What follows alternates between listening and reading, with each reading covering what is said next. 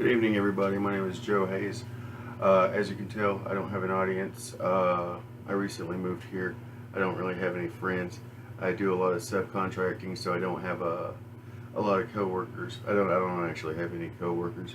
So until I get this figured out, how I'm going to get people to listen to me talk, then I'm going to get a zero.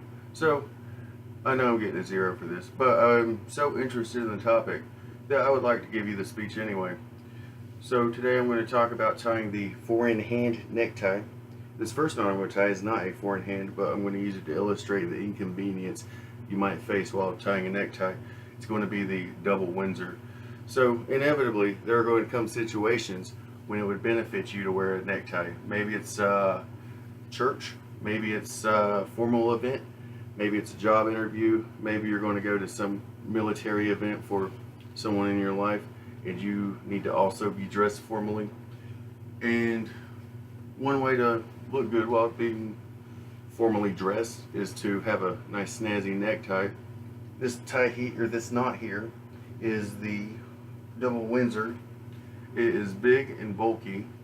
Most of the time in popular clothes, or fashion, in popular fashion, it looks funny. You need a big wide lapel to even look good, but this is what you got here. That's the double Windsor, also known as the full Windsor. I don't like it.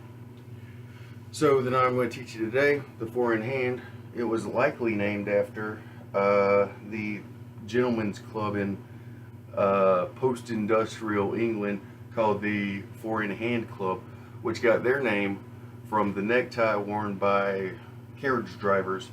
It's called the four-in-hand because they had a... Oh, that's the wrong necktie. Alright, so anyway, it got that name because their carriage drivers were driving 4 horses at the same time. So they had 4 different sets of reins, all in their hands, so that's the four-in-hand.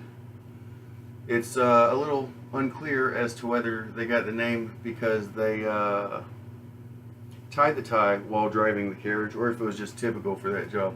So this is the four-in-hand, and I think it's a much better looking knot. It's significantly smaller, relatively complex in appearance, not in function, and slightly asymmetrical, which if you wear it right, it's going to make you stand out, and you know it's not a clip-on. So that's the four-in-hand. You may be wondering, for the ladies out there, why you would ever need to be able to tie a necktie. The reason is because inevitably someone in your life is going to need to wear one. It could be your son, it could be your husband, it could be your dad, it could even be a woman in your life, because given today's climate, there's no reason a woman can't wear a necktie. It's professional, it looks smart, it's good looking. There you go. So the way you tie a four-in-hand necktie is you take the long end, or I'm sorry, the wide end, you make it twice as long as the narrow end. You grab both ends about 4 inches down, you bring the wide end over the narrow end, then under, then over again, and you're going to want to catch it this time on one of your fingers, because next you bring the knot, or you bring the wide end up through the bottom and down through that loop you just created, and then you're going to tie that up like this right here. And you just straighten it out, and that's all there is to it. So just for illustration, I'll show you again. You're going to take your necktie and you're going to make the wide end twice as long as the short end. You bring it around and under, around, catch it on your finger, and then you're going to bring it up through the bottom and then down behind that first wrap.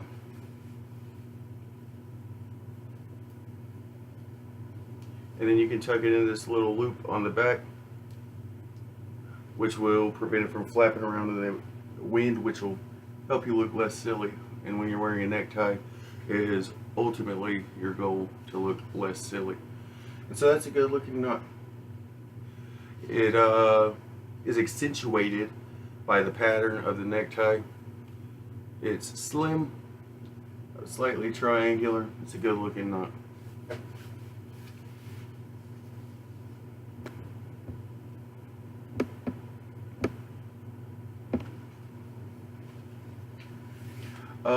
According to the book, The 85 Ways to Tie a Tie by Thomas Fink and Yang Miao, the four-in-hand knot is the most frequently tied necktie knot. It's also one of the simplest.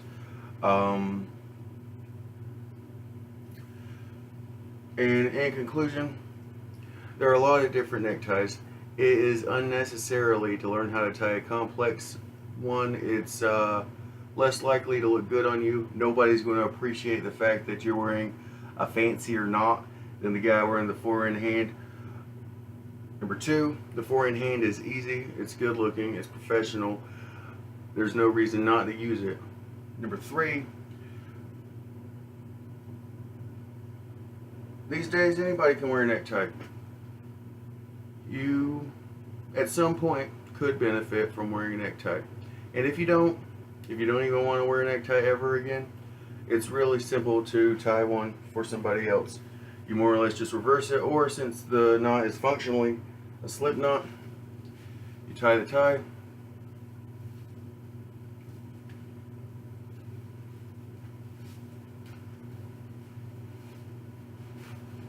fit it up yourself, you look at it, looks good, and then you start loosening it up on the narrow end.